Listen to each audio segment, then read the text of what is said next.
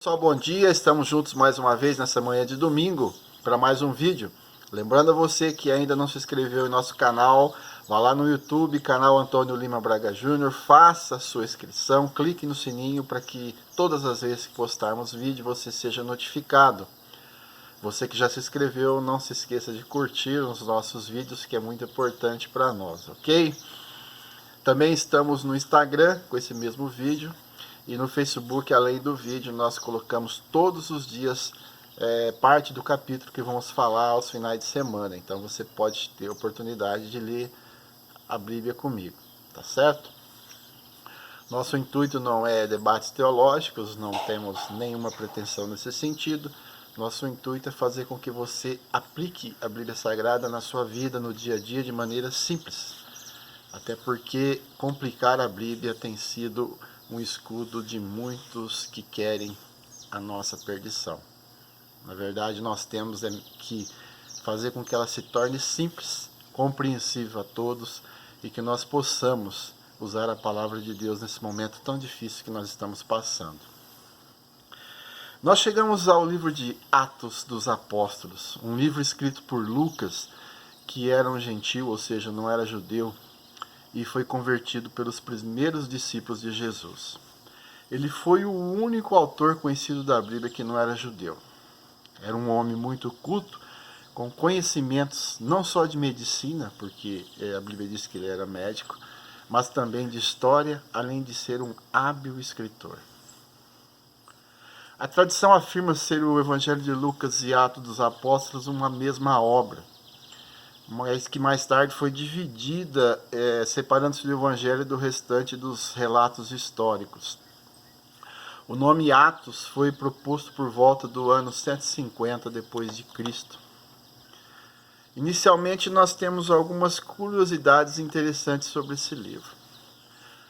Já no começo, o autor relata da seguinte forma: escrevi o primeiro livro, ó Teófilo. Isso indica que o autor de Atos já havia escrito um outro livro, possivelmente o livro que leva o seu nome. O nome Teófilo significa amigo de Deus ou amado por Deus. Os estudiosos, na sua grande maioria, indicam que Teófilo era um oficial romano, já que o autor emprega o título de excelentíssimo, usado no decorrer do livro para as autoridades. Mas há variadas conjecturas e tradições sobre quem poderia ser Teófilo. Já no versículo 3, temos o único trecho da Bíblia que menciona quantos dias Jesus permaneceu na terra após a sua ressurreição. Foram 40 dias. No versículo 4, Jesus recomenda que os discípulos esperassem pela promessa do Pai e que não saíssem de Jerusalém até que ela se cumprisse. Essa mesma promessa foi feita ao profeta Joel. No seu mesmo livro consta lá no capítulo 2, versículo 28. No versículo 6, podemos ver que eles estavam acreditando na promessa de restauração do reino de Israel. Jesus, no entanto, alerta que se tratava do derramamento do Espírito Santo. A partir do versículo 9 é relatada a visão dos discípulos da ascensão de Jesus ao céu. Que visão, né, meus amigos? Esse fato foi muito importante para que todos pudessem crer definitivamente que Jesus era Deus. Depois desse fato, os discípulos retornaram imediatamente a Jerusalém e fizeram uma reunião de oração. Jesus havia dito que eles seriam batizados com o Espírito Santo. Então eles oraram e esperaram. Hoje em dia, muitas das nossas reuniões, a oração é a parte menor. As pessoas às vezes chegam depois das orações, porque elas estão interessadas em louvores ou até mesmo fazer das igrejas um clube. Mas eles foram orar.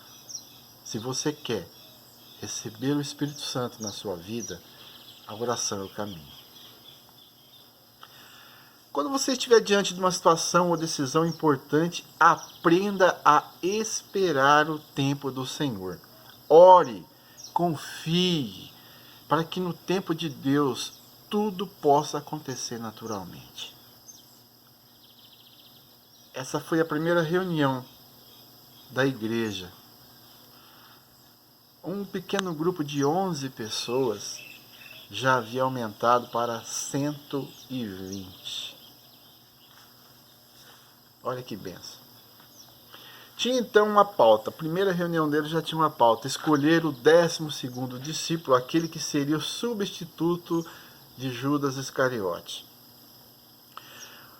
Para ser selecionado como 12º, o candidato deveria cumprir um requisito principal: ter acompanhado os discípulos durante todo o ministério de Jesus, ou seja, desde o batismo realizado lá por João Batista até a sua ascensão ao céu.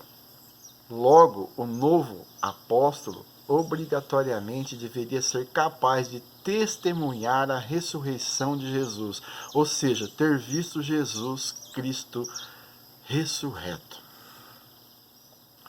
Então eles buscaram a direção de Deus, oraram, se organizaram e principalmente esperaram.